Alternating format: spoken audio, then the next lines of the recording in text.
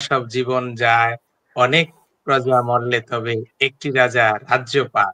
ঠিক এখন মনে হচ্ছে অনেক মায়ের সন্তান মরলে তবে ২-৪ টা পরিবার ভোগ বিলাসিতার জন্য ফাউন্ডেশন পায়।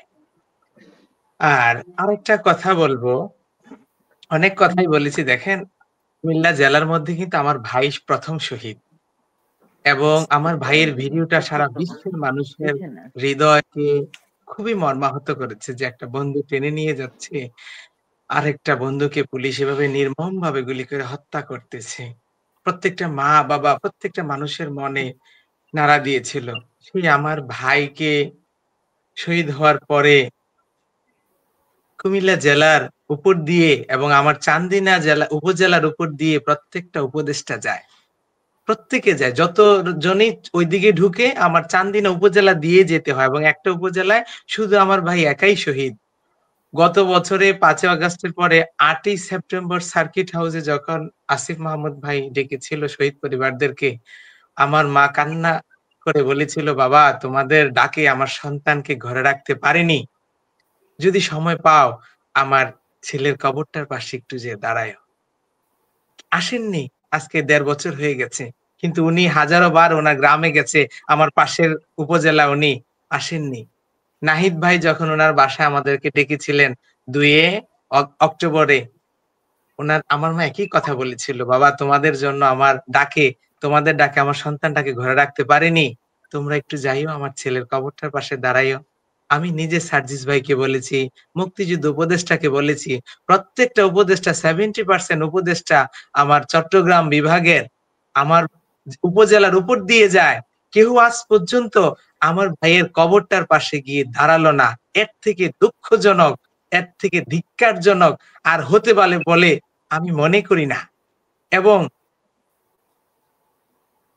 যখন এই দুঃখজনক কথাটা আমাদের আপসহীন নেত্রী, গণতন্ত্রের মাতা বেগম খালেদা জিয়ার সেই আদর্শবান সন্তান, আগামীর ভবিষ্যৎ যেই আমাদের নেতা, জনগণের নেতা, আগামীর রাষ্ট্রনায়ক উনি যখন এই কথা শুনেছে, আমার মায়ের মুখের এই কথা শুনে সাথে, সাথে উনি অর্ডার দিয়ে দিয়েছে।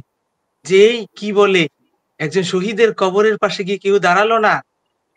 উনি আমার বিএনপি পরিবারকে সাথে, সাথে কমান্ড দিয়ে দিয়েছে যে তোমরা তাড়াতাড়ি যাও শহীদের কবরটা জিয়ারত করে আসো।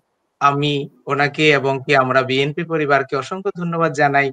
রুহুল কবির রিজভী ভাই সহ, রুম্মন ভাই সহ প্রায় ১৮ জন কেন্দ্রীয় নেতা আমার ভাইয়ের কবরটার পাশে গিয়ে দাঁড়িয়েছে।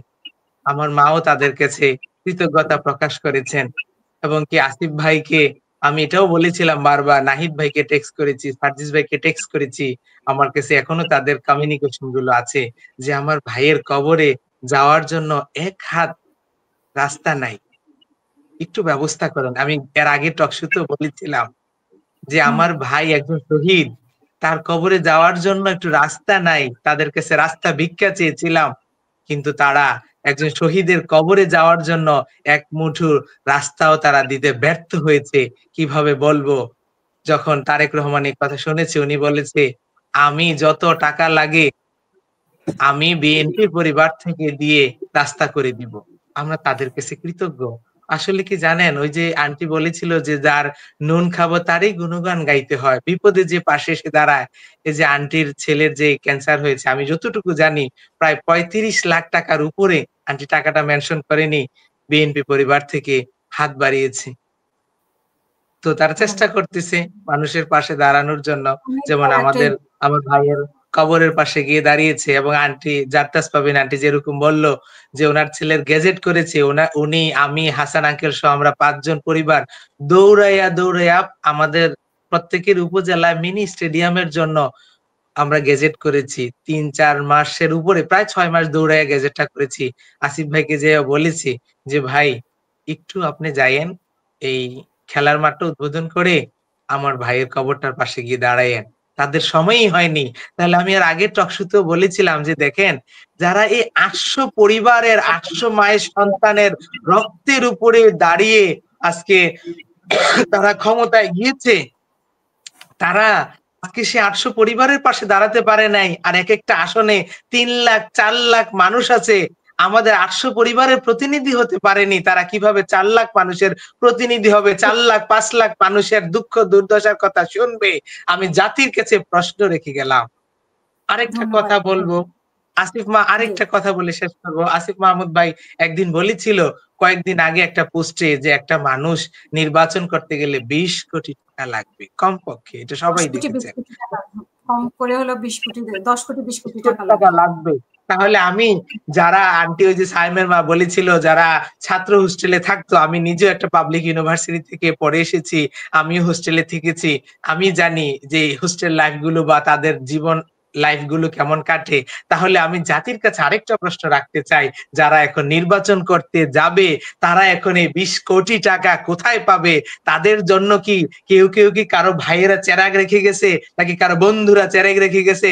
নাকি তাদের আত্মীয়স্বজনরা তাদের জন্য আলাদিনের চেরাগ রেখে গিয়েছিল যে ঘষা দিলেই টাকা, কোটি কোটি টাকা আসবে আর তারা নির্বাচন করার জন্য কমপক্ষে 20 থেকে 50 কোটি টাকা পাবে? এটা জাতির কাছে প্রশ্ন রেখে গেলাম। Thank you.